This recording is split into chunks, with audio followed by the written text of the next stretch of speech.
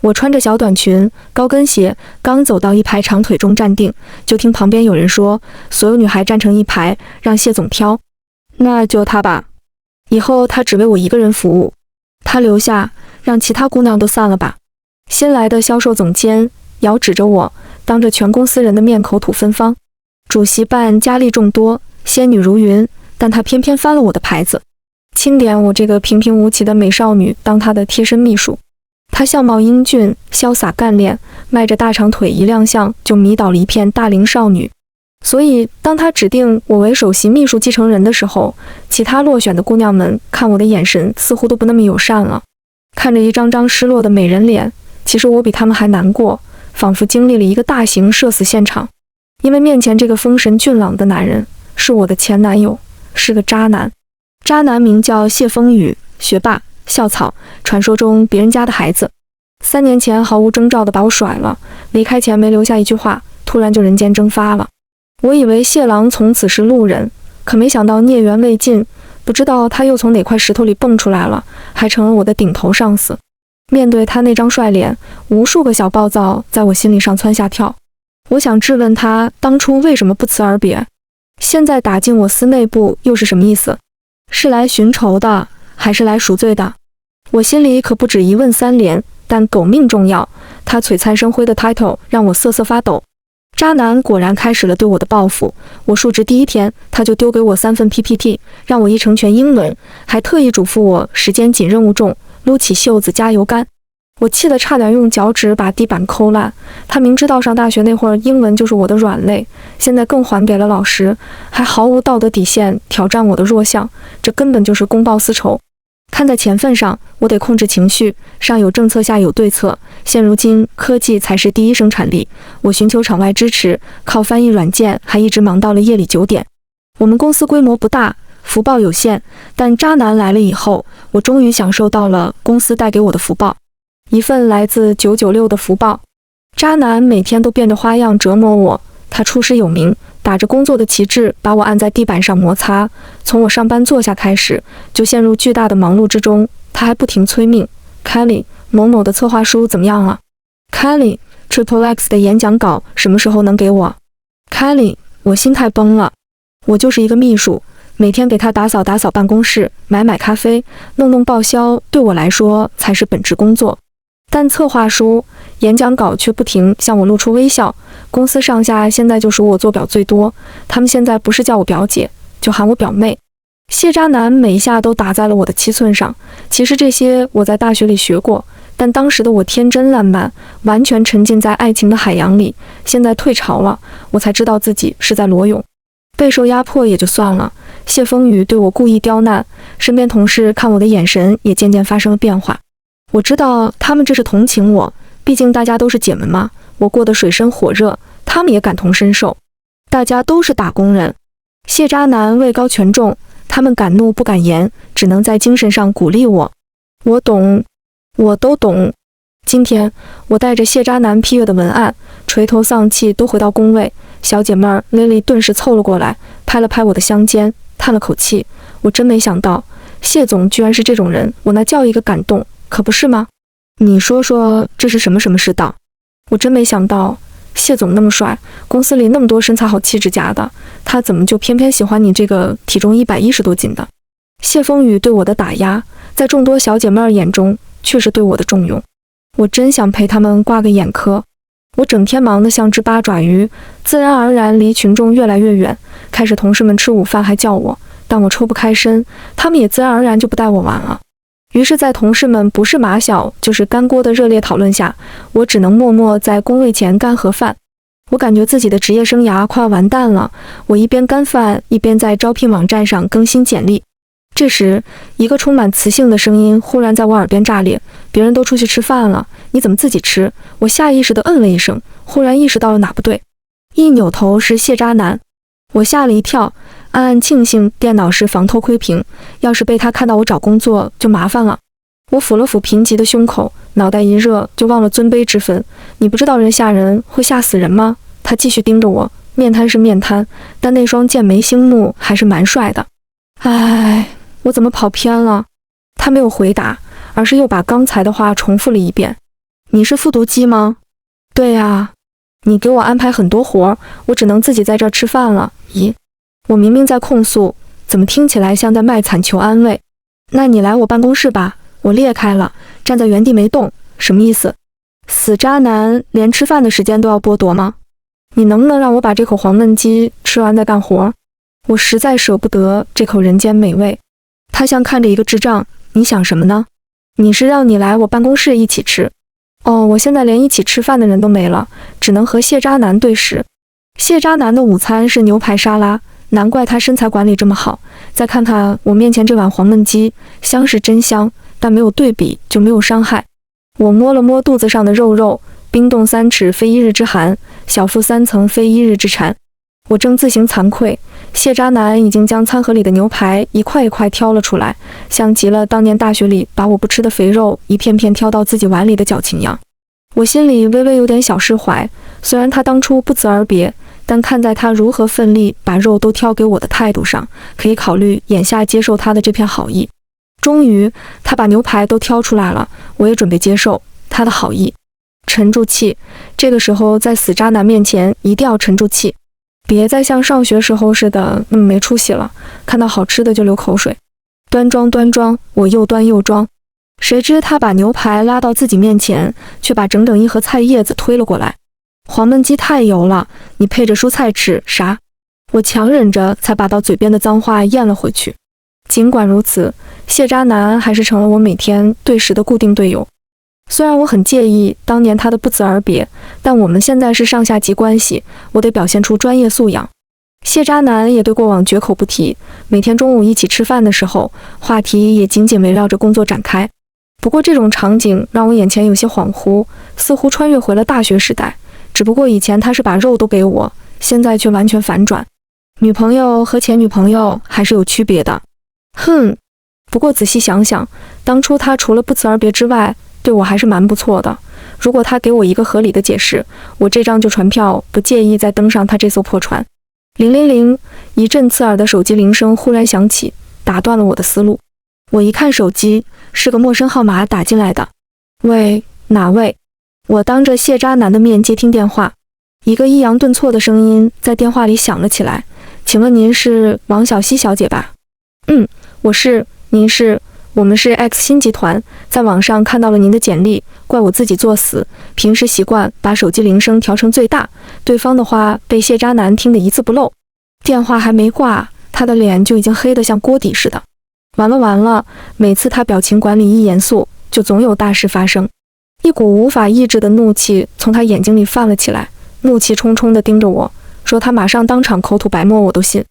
他像头愤怒的狮子似的将我按在了沙发上，我顿时感觉牙齿打颤，腿肚子转筋。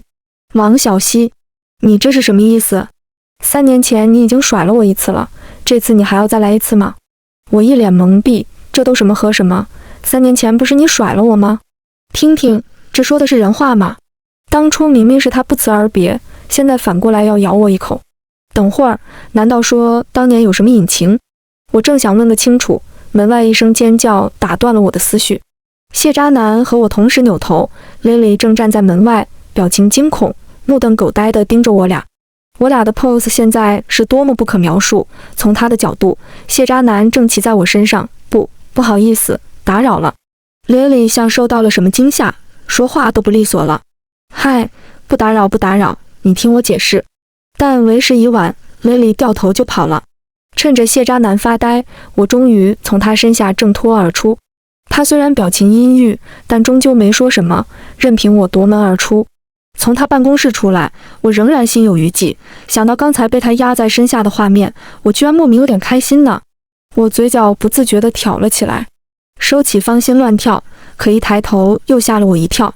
好几双眼睛正盯着我，意味深长的小眼神，就好像看着一个误入歧途的风尘小姐妹儿。我仓皇逃向工位，路过镜子前，我下意识地瞥了一眼。镜子里的我披头散发，衣衫凌乱，领口的扣子还开了一颗。从这以后，大家看我的眼神都发生了变化。明明我只是被谢渣男压下身下，在坊间却变成了我出卖色相，蓄意勾引。于是，我除了表姐表妹的荣誉称号外，又多来一个婊子号头衔——绿茶婊。谢渣男的折磨和同事们的误会，我都快白发增生了。不仅如此，头发还一把把地掉，再这样下去非秃了不可。头可断，发型不能乱，血可流，绝对不低头。谢渣男害我身败名裂，我岂能为了几个臭钱苟且偷生？我得让他知道，本仙女也是有脾气的。今天一早，我拿着带着墨香的辞职信，踩着小高跟，很带感地走进了他办公室。气定神闲地站定之后，深吸了一口气。我正准备把辞职信拍在他脸上，他却先开口了：“我的咖啡呢？”他眼都不抬。啊，我忘了买了，现在就去。我的气势顿时下来了。不对呀，我差点忘了是来干什么的。算了，我有正事要和你谈。他嚼着巧克力说：“哦，他坐着，我站着；他吃着，我看着。这是什么尊卑之分？难道现在只许渣男放火，不许少女点灯？说说吧，你究竟为什么辞职？我有点无语。这还用问为什么吗？你心里没点数吗？好，我告诉你是为什么。”我握紧了羞羞的铁拳，怒声说：“因为你剥削。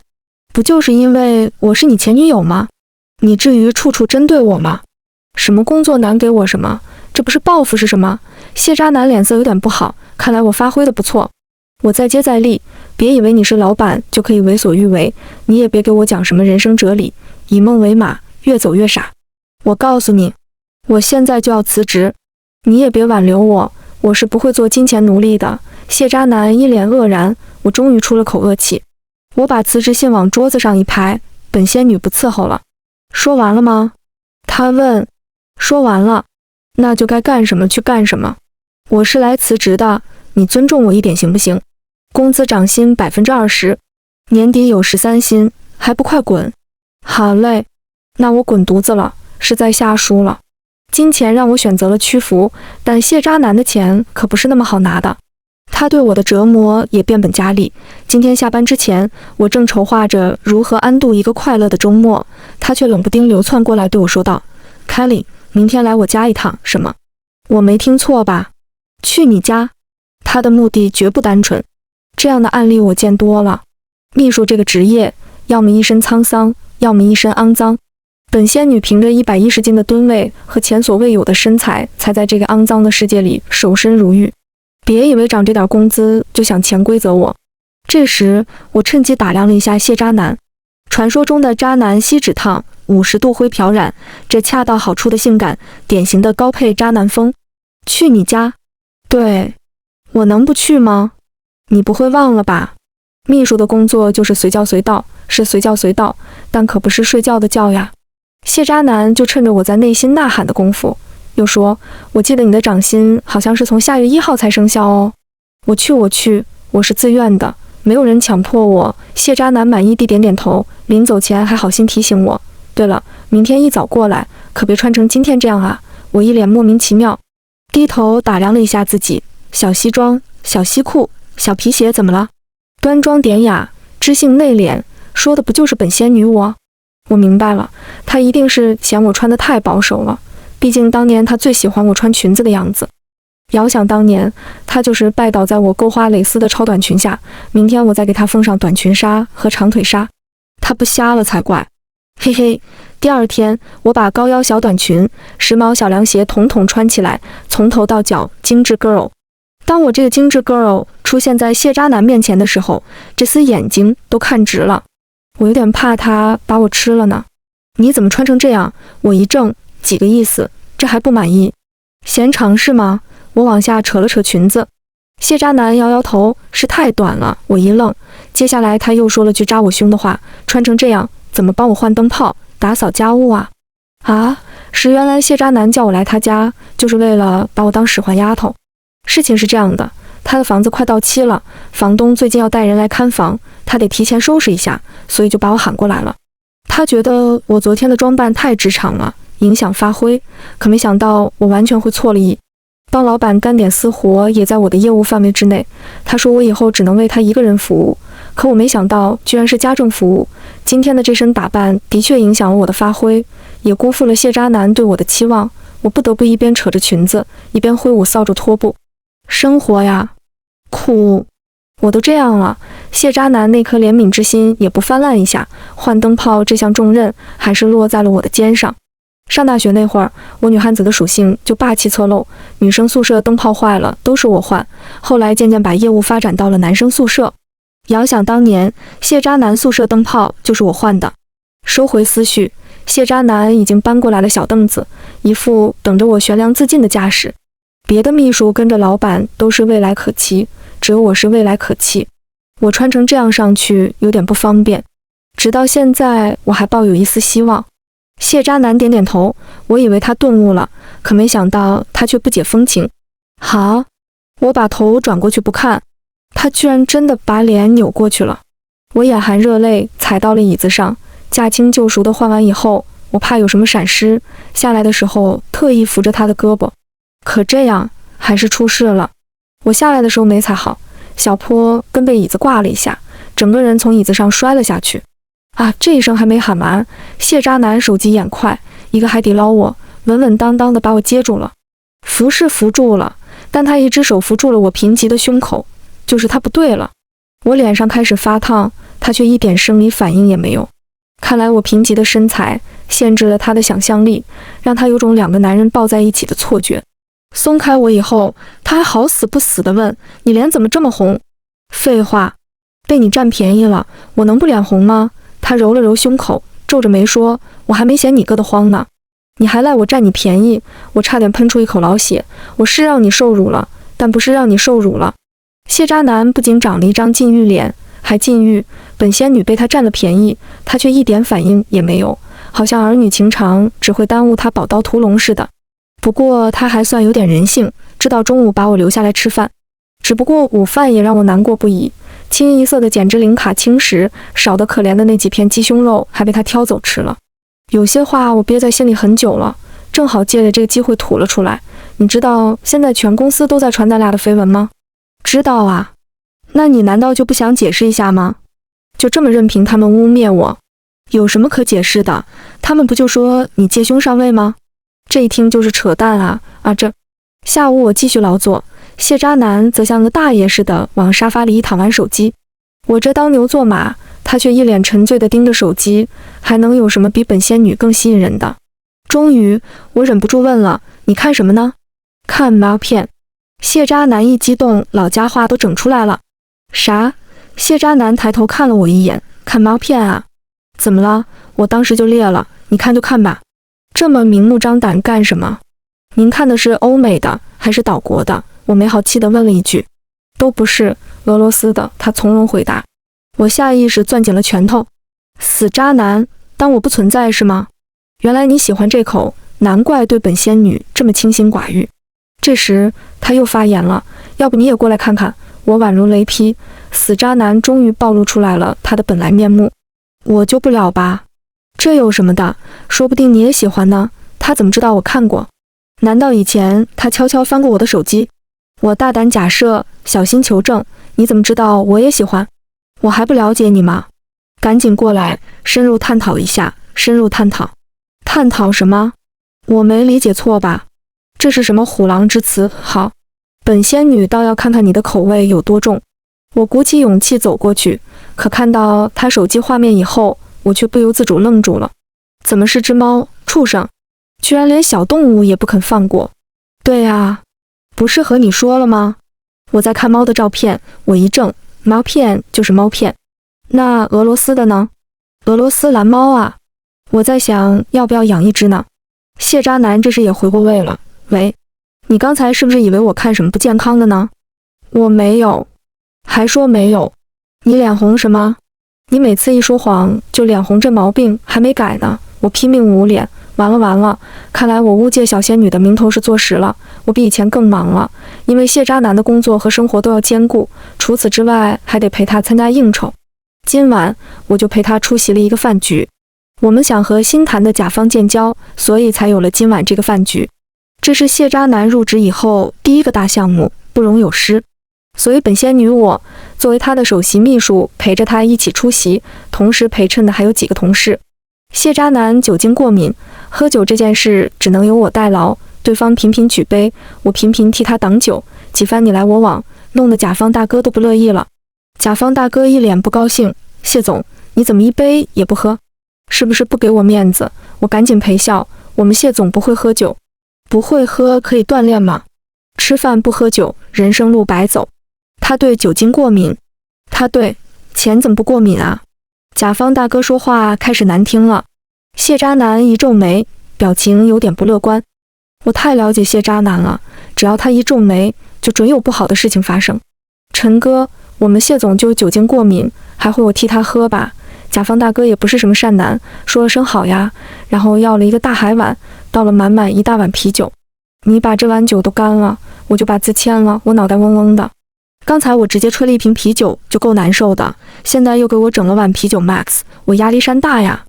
谢渣男脸都黑了，拉起我就要走，我却岿然不动，因为我知道这个项目对他的意义。我盯着甲方大哥眼睛说，陈总，您没开玩笑吧？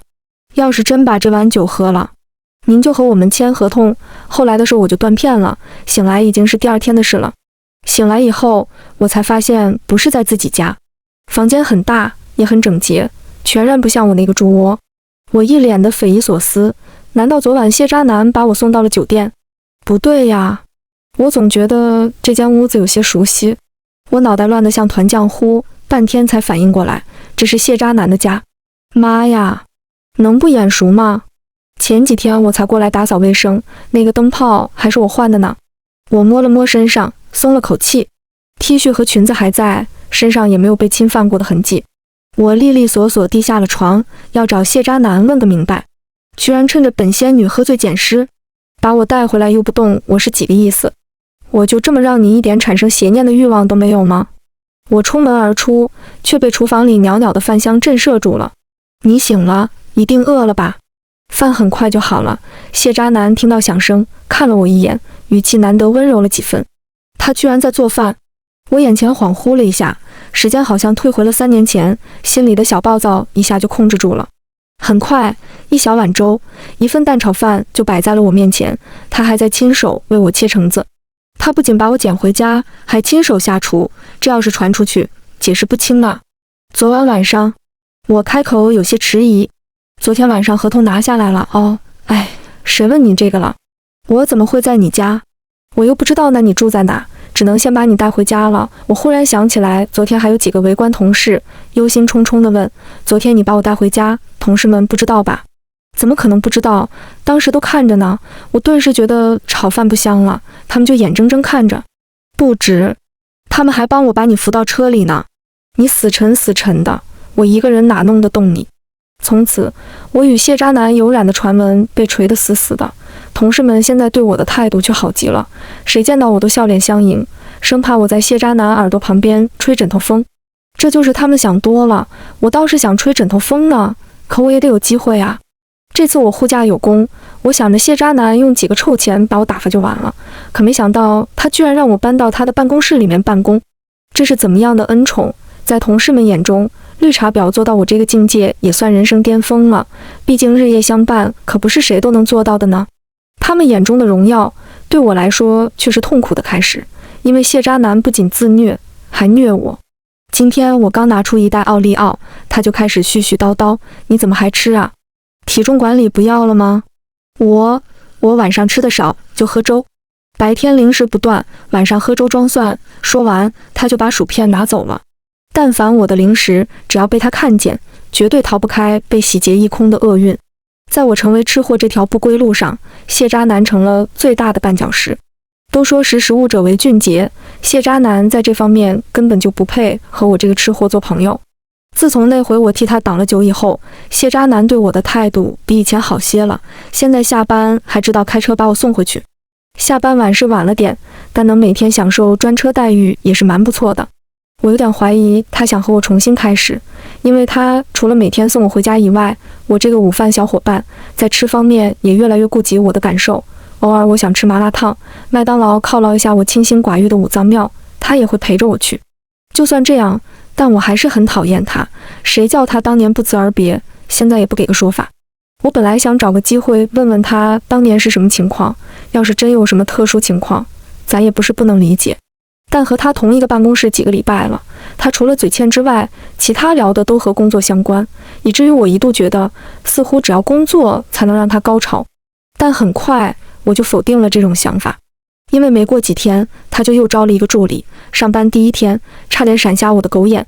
新来的姑娘叫 Susie， 她人如其名，绝对的 S 型，身材高挑，长腿细腰，身材好的低头都看不见自己脚尖。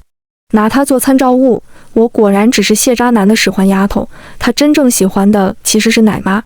Susie 来了以后，同事们看我的眼神又变了，既得意又夹杂着一丝同情，好像我这杯绿茶已经变成了隔夜茶，但我的心路历程比他们还复杂。我有点不明白谢渣男始终怎么想的。我知道他招聘助理，可我没想到他居然招了这么一个人间尤物。这姑娘长得这么漂亮，每天面对她多影响工作呀。Susie 入职后，我正宫的地位就受到了挑战。再有饭局，谢渣男就不带我去了，陪他出席的都是 Susie。今天他当着我的面和 Susie 说，今天陪他出席一场特别重要的酒会。酒会是那种小礼服、小高跟、挽着胳膊的那种吗？我当时就不高兴了，为什么不先和我说？这种级别的活动，按理说我这个大助也跟陪着，我都开始幻想今晚穿什么了，就等谢渣男开口我就答应了，但我等来的却是一场空。Susie 的出现让我感觉自己的心态管理出了问题，每天茶不思饭不想，情绪异常低落，好像精神也出现了异常。说实话，我也被自己吓了一跳，我也不知道自己怎么会这样。我和那家伙明明现在只有工作关系，但好像又经历了一场大型失恋似的。Susie 每天都打扮得花枝招展，衣服从来不带重样的，裙子比我那天去渣男家值日都短，和她一比，我简直就是蓬头垢面。现实很骨感，我却很丰满。她笑起来就像人面桃花，我笑起来是哈哈哈哈，这差距可不是一星半点。谢渣男说招 Susie 来的目的是为了帮我分担工作，但他分担的好像都是一些高端工作呢，比如像陪老板出席酒会、接见领导，而我还是像以前一样和演讲稿、PPT、端茶倒水打交道。今天下午我给谢渣男买咖啡外出回来，正看见 Susie 笑得花枝乱颤，谢渣男平时冷漠的嘴角居然挂着一丝浅笑，这态度可前所未有。他们俩相谈甚欢，照这个发展趋势，估摸着很快就相谈甚欢了。今天临下班前 ，Susie 正好进来送资料，谢渣男随口问了一句要不要一起走， Susie 顿时眉开眼笑地答应了。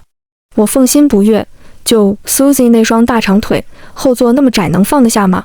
肯定得坐副驾呀。我可见不得他俩腻腻歪歪，到了下班时间点我就走了。我先走了，你不等我一起走，等你奶奶个找。不了。说完，我冷漠地走了。后来我一直没给谢渣男好脸色看，每天早晨的咖啡我也不管了，大权旁落给了 Susie。他的逐步侵蚀和公司里的流言蜚语都被我自动屏蔽了，每天我就忙我自己的，就这么独自人间清醒着。谢渣男今天又见嗖嗖抢我的零食，他爪子刚伸过来，就被我一巴掌拍回去了。我横眉冷对，干什么？谢渣男一愣，帮你管理体重，用不着。王小希，你好像对我有点意见，咱命人不放暗屁，我大大方方承认了，你才看出来是吗？你总得告诉我因为什么吧？我顿时语塞，我总不能说每天看你和 Susie 出双入对碍眼吧？我就是看你讨厌不行吗？谢渣男忽然笑了，你该不会是因为 Susie 吧？当场被人揭穿，我心里有点发虚，我还没说话，谢渣男讨厌的声音又响了起来，还真是因为他呀？胡说，别装了，你脸又红了，该死！这么多年了，谢渣男居然记得清清楚楚。谢渣男露出一丝意味深长的笑容，果然是因为 Susie 呀。我招他来，其实也是身不由己。听听，渣男语录又更新了，这还有身不由己？真是没有最渣，只有更渣。我气笑了，是吗？还身不由己？我看你是身不由己。他往前一跨步，我觉得我得和你说清楚。打住！我自觉保持一臂距离。对不起，我在上班，我不想在公司讨论私人事情，我根本不给他开口的机会。在他无奈的注视之下，很有成就感地离开了。我拖着110斤的躯体，精疲力尽地回到家，刚以一个优雅的仙女摊把自己扔在沙发里，门铃就响了。我以为是订的外卖到了，迈着小碎步喜迎外卖小哥，可打开门以后，却是谢渣男。你怎么来了？怎么不欢迎？那是家里就我一个人，你要是想对我图谋不轨，我都没法反抗。我虽然平平无奇，但那也是平平无奇的仙女。你把无奇两字去掉，才是你。谢渣男对起前任来真是毫不嘴软。看在这个的份上，你总得让我进去吧。说着，他藏在身后的那只手扬了起来，拎着一份盒饭。刚才在楼下遇到外卖小哥了，我估计是你订的，就顺便拿上来了。你怎么知道就是我订的？除了你还有谁口味这么重，大半夜订臭豆腐？为了不让臭豆腐的气味在楼道里扩散，我样样不乐地把他让了进来。谢渣男一进门就开始满房间流窜，你家不是挺有钱的吗？你怎么还和别人合租？这家伙张嘴就勾起了一些不太美好的回忆。仙女生活为伴儿家道中落不行吗？我冷冰冰地说，你得感谢法治社会救了你，要不我早砍你了。我有保险，在我这儿你只有危险。我含着脸一步步向他逼近，他终于怕了，连连摆手，别，我怕你作死我，你这体重可不是开玩笑的。我又险些吐出一口老血。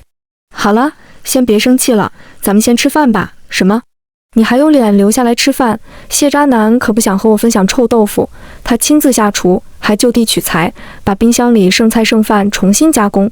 真别说，他穿着西裤衬衫颠勺的造型，成功引起了我的注意。这家伙渣是真渣，但帅也是真帅，就指着他的颜值下饭呢。谢渣男很快就把晚饭做好了，他做饭的水平和颜值成正比，我吃得狼吞虎咽，看得谢渣男目瞪狗呆。你慢点吃，谢渣男温柔地说。我心里一暖，渣男终于知道关心我了，现在看他好像有那么一点点顺眼了呢。还没等我好字说出口，谢渣男后半句也出来了，给我留点儿，我差点被憋出内伤。这么晚你跑到我家到底想干什么？你不是说上班的时候不想讨论私人的事吗？那我只好下班来找你说了。我和 Susie 不是你想的那样。我一怔，没想到谢渣男想和我说的居然是这个。他继续慢条斯理地说道，我和 Susie 认识很久了，她是我兄弟的女朋友。我面无表情点点头。他和 Susie 的关系确实不是我想的那样，因为比我想的还复杂。我招他进来是因为他能喝。啥？他是我身边酒量最好的，传说中的白酒1斤半，啤酒随便灌。你上次喝成那样，我不想再让人把你灌成那样了，所以就找了个酒量好的。我的心莫名悸动了一下，有点不敢相信自己的耳朵。他居然为了我专门招聘了一个助理，这也太好吧。但咱能不招这么妖艳的吗？哦，我知道了。我觉得脸上有些发烫，赶紧低头干饭。是不是觉得我和他有染？我没想到他会这么直接，吓得我差点咬到舌头。见我没回答，谢渣男自顾自地说道，我能和谁有染？这几年顶多和寂寞有染。我看话题风向有些不对，赶紧让他打住。行了，我知道了，你招 Susie 来就是为了替你挡酒。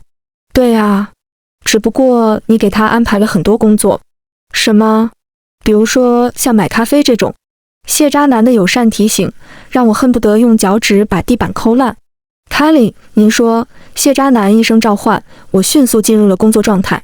他目光灼灼地看着我，我希望以后买咖啡这件事还是由你来。谢渣男每日1杯的咖啡重新由我掌杯。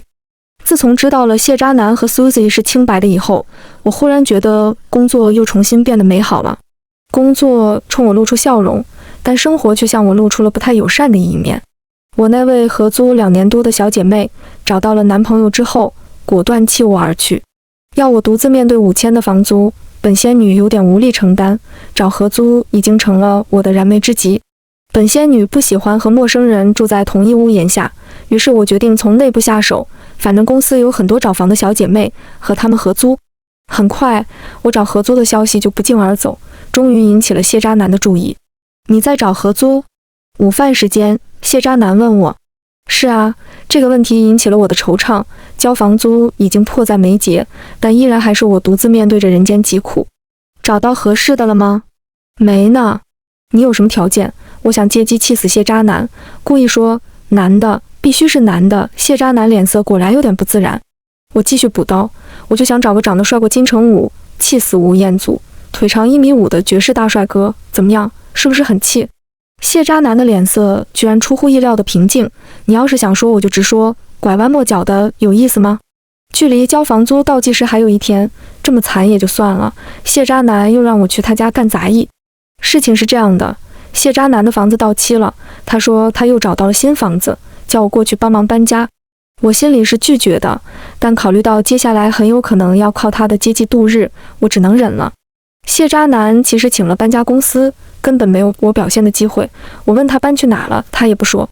1个小时以后，我坐上了谢渣男的宝马，谢渣男开车雄赳赳气昂昂的在头前带路，后面跟着搬家公司的卡车。路程忽然让我觉得无比熟悉，这不就是我来时的路吗？他一直开进了我住的那栋小区，我心里一咯噔。紧接着，汽车在我住的单元门前停下，谢渣男指挥着工人往上搬，辛苦大家了，房子在602。这不是我家吗？我看向谢渣男，这到底是几个意思？谢渣男推了我一把，还愣着干嘛？赶紧给大哥们开门去啊！哦，我习惯服从了，大脑一片空白的上楼开门。进门以后，谢渣男反客为主，好像他才是这个家里的主人似的。这些麻烦都搬到主卧就行，这些就放客厅吧，我们自己收拾。这些饮料是给大家的，辛苦哥几个了。我恭恭敬敬，一脸蒙圈的把搬家大哥们送出门。临走前，他们还特热心的对我说：“小姑娘长得一般般，男朋友倒是蛮帅的嘛。”就是啊，好好珍惜。我得问问谢渣男是什么意思。转身回到客厅，他正躺在沙发里玩手机，真把这当他自己家了。你这是什么意思？和你合租啊？你不是找不到和你合租的人吗？但我没说是你呀。你是没明说，但你暗示了呀。帅过金城武，气死吴彦祖。我表示很无语。以后房租我出3000，包你吃。谢渣男言简意赅。我有点动心了，只是我想不明白，我的住宿条件和他之前的房子比起来，可以说是陋室了，他居然愿意屈尊，是不是对本仙女有什么意图？你到底想干什么？不想干什么，就是找个伴儿合租。你这么有钱，干嘛非得在我这住？这你就不懂了吧？这叫骑车去酒吧，该省省该花花。我发誓我同意和谢渣男同居，完全是看在那几个臭钱的面子上，和他一点关系也没有。我对他的讨厌一如既往。他搬进来以后，我这个乱世佳人终于有人管了，爸爸再也不用担心我为吃所困了。同居，呸！合租第1天，谢渣男就亲自下厨做了一顿大餐，馋得我直流口水。哎，家里没酱油了，你下楼帮我买1瓶呗。谢渣男分身乏术。他看了一眼窗外大风过境的景象，又说：“算了，还是我自己去吧。”外面开始刮大风了，我心里忽然有点小感动。他也知道怜香惜玉了。我正感动着，他继续又说：“你看外面那姑娘都快被风吹跑了，你下去了，要是岿然不动，那多没面子。”干，我就知道他果然帅不过3秒。我没想到晚饭的盘面这么大，又牛排又披萨的，他还准备了蜡烛，弄得我有点受宠若惊。今天晚上我要是不多吃点，能对得起他的用心良苦吗？可以开始了。谢渣男一边说一边拿起刀叉。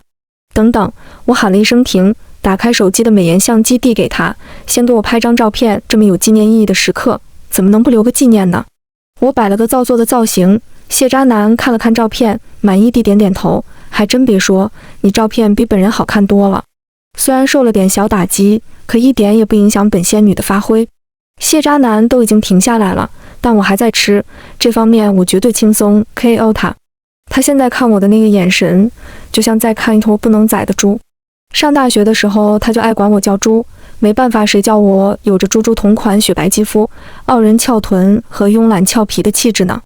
这还不算什么。吃完饭，谢渣男又温柔地说：“要不我们看电影吧？我之前一个人看特没劲。”好啊，看什么吗？看你最喜欢看的呗。我笑容有点僵，我喜欢看的，但好像不太适合咱们俩一起看吧？这不是教唆我传播不健康短视频吗？我没什么喜欢的。那看我喜欢的吧。谢渣男又说。我松了口气，因为我知道谢渣男以前喜欢看爱情片。谢渣男抬手就把灯关了。瞧瞧，他还挺懂得情调，知道把灯关了更容易营造暧昧气氛。谢渣男一直很磕爱情片，为了配合他，我已经准备好了纸巾、零食、饮料3件套。趁着他在鼓捣屏幕，我还在脑补接下来的场景。万一他放的片子有热吻、床戏，我是该装模作样的羞涩一下，还是应该聚精会神的观摩学习？他要是想趁机对我做点什么，我是该接受呢，还是该接受呢？我脑补的正欢，谢渣男已经把屏幕打开了，但电影画风好像和我想的出入很大。他不是喜欢看爱情片吗？为什么会有个女鬼从荧幕里爬出来？